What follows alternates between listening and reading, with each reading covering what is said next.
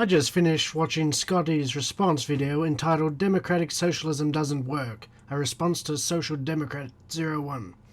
Yes, even the title of his own video shows how dishonest he is. You see, I responded to his video entitled Democratic Socialism is an Oxymoron.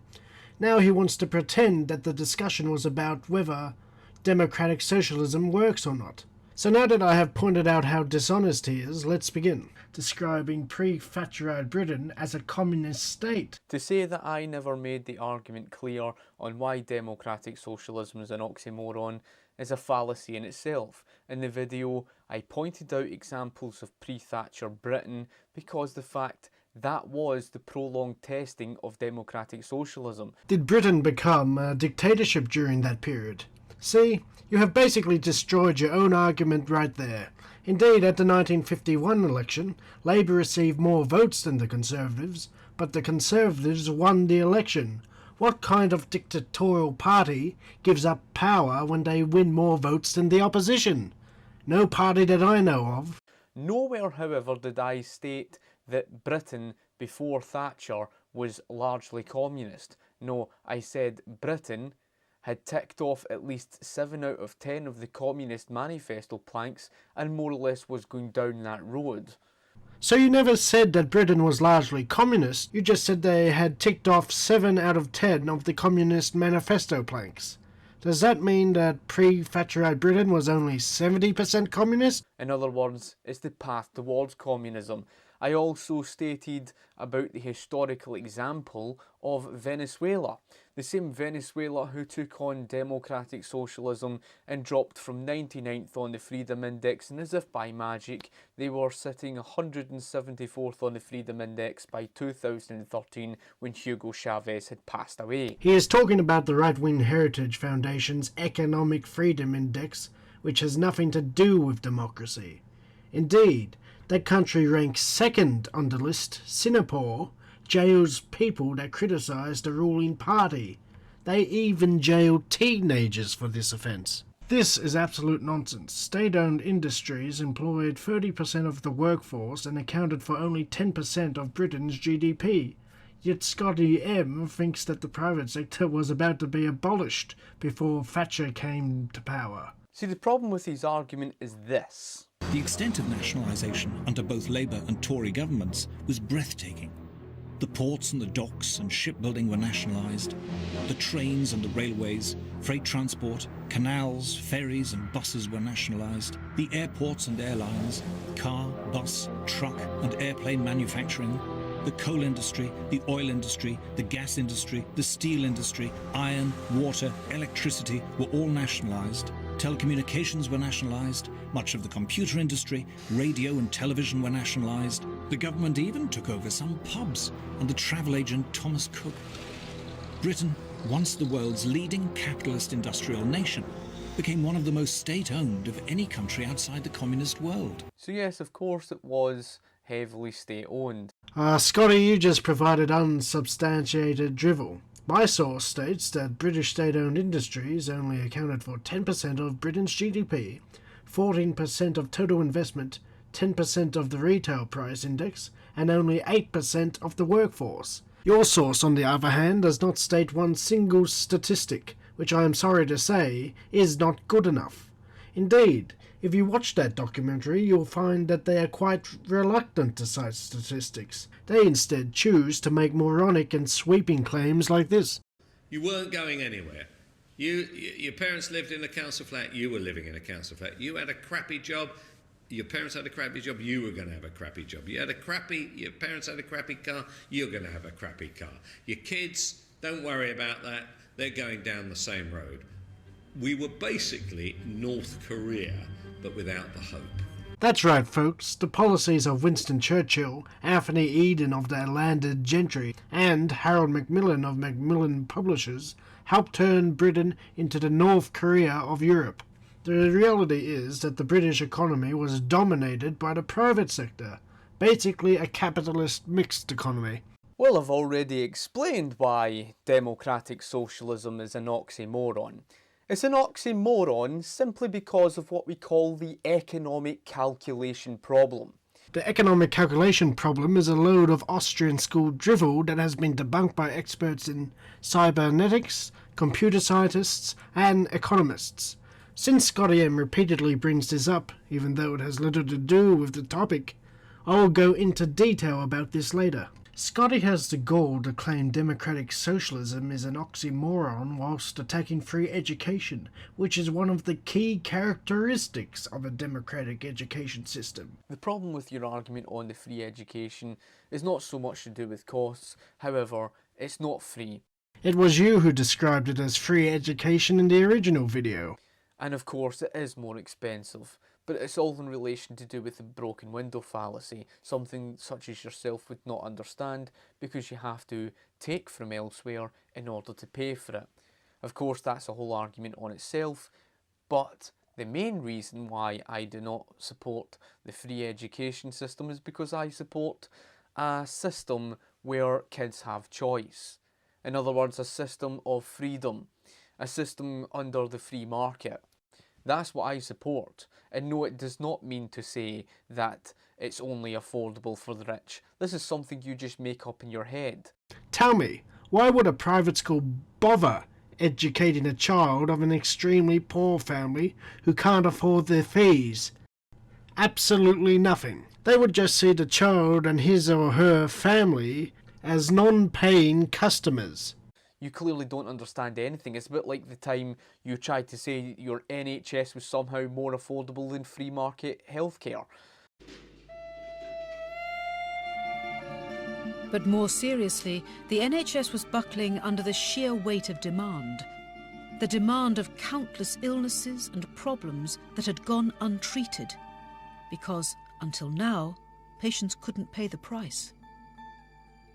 All sorts of things crawled out from the woodwork where as soon as people recognised that they could get to the doctor and be seen, they came. And the amount of unrecognised disease that there had been around was just breathtaking. It was quite clear that we were now tackling the problems that should really be tackled.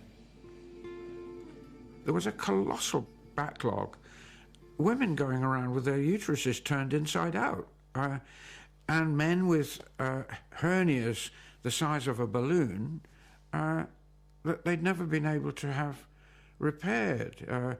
It was the age of trusses, when you'd see this balloon with a truss on top of it. People nowadays who talk as though we didn't really need a health service, they just have absolutely no idea of how it was.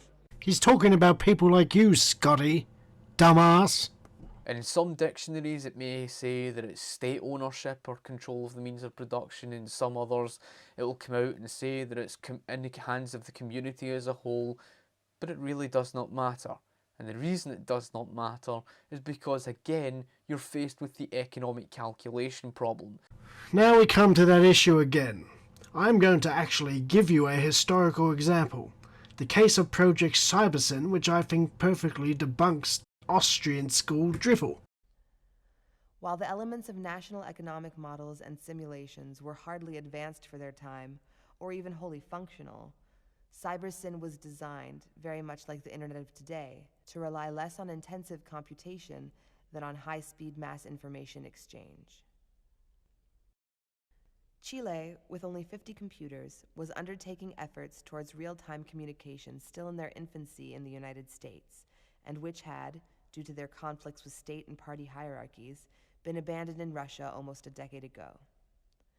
In spring of 1972, the first telexes from the newly nationalized industrial sectors of textiles, agro-industry, forestry, and construction were transmitted to the National Computer Corporation, and the first version of the National Economic Simulator had been produced.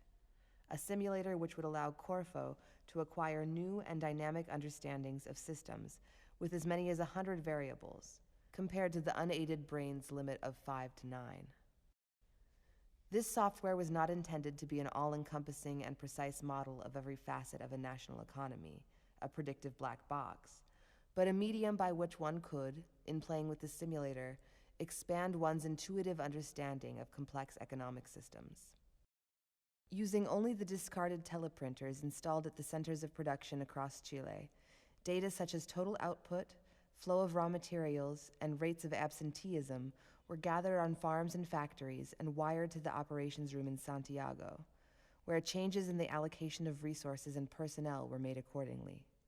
I believed it worked well, even though it was only a prototype. Beer's last meeting with Allende was on July 26, 1973.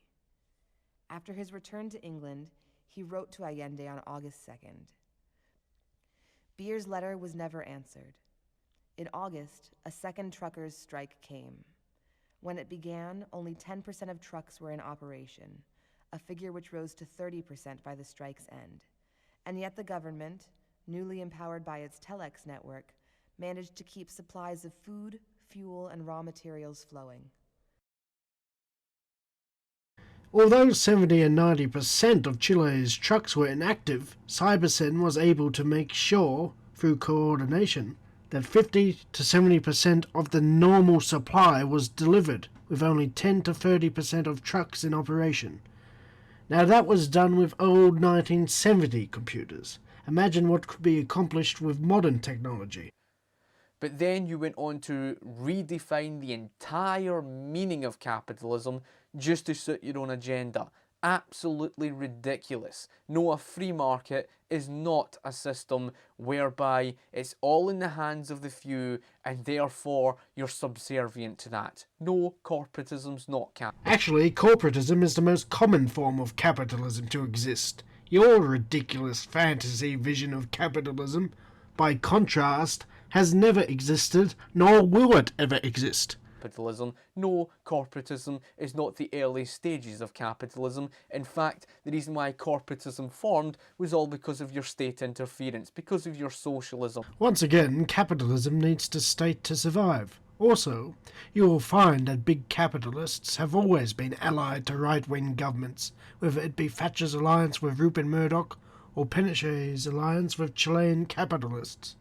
Thatcher was the most incompetent British Prime Minister in history. She inherited a massive oil boom, but blew it on tax cuts for the wealthy, and the massive unemployment queues. Margaret Thatcher was the most incompetent British leader in British history, really. She took over one of the most financially difficult periods in British history. I don't think you even begin to understand. Mind you, you were the same person who tried to blame Margaret Thatcher for the unemployment rate. Well, when she came to power, unemployment was 5.6%. After she had mismanaged the economy, it was 11.9%. She was an incompetent who presided over the highest unemployment rate since the Great Depression. You've brought this up as if to try and blame Margaret Thatcher for the unemployment rate. As I've mentioned before, the recession that happened in 1978 happened before Margaret Thatcher became Prime Minister. And what proves that you don't even understand what a recession is a recession is where the economy grinds to a halt and productivity levels drastically decrease. As a result of that, there's a shortage of productivity, therefore the costs soar through the roof. And because the costs soar through the roof, businesses are forced to cut back. Businesses are forced to scale down. And when the prices soar and consumers are spending less, of course. No, the recession started in 1980 and it was her policies that caused it. She was responsible for the massive unemployment rate, whether you like it or not. What would normally be a working day, it's the middle of the week, and we're now down in this plant which produces well over half the cast iron baths for the United Kingdom, onto 1 week on, 1 week off.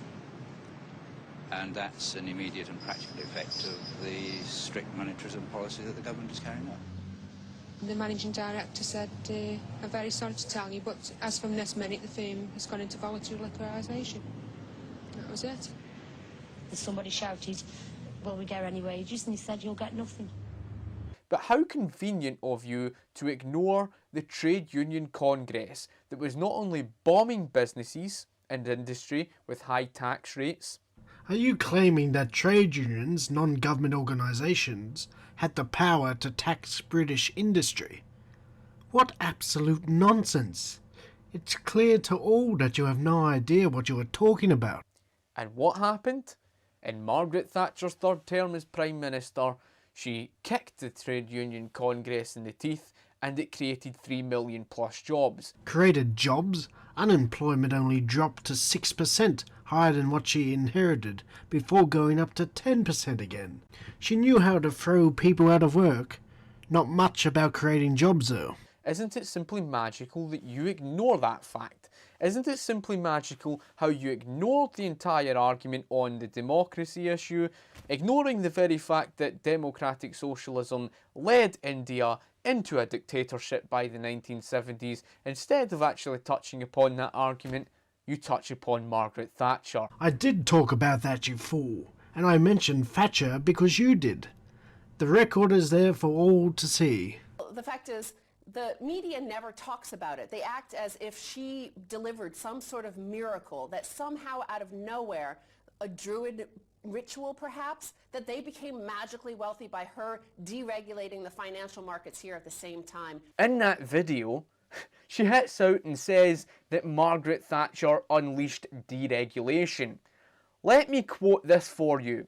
As Philip Booth at the IEA points out, in his own words, he says, the 1980s was not a period of financial deregulation.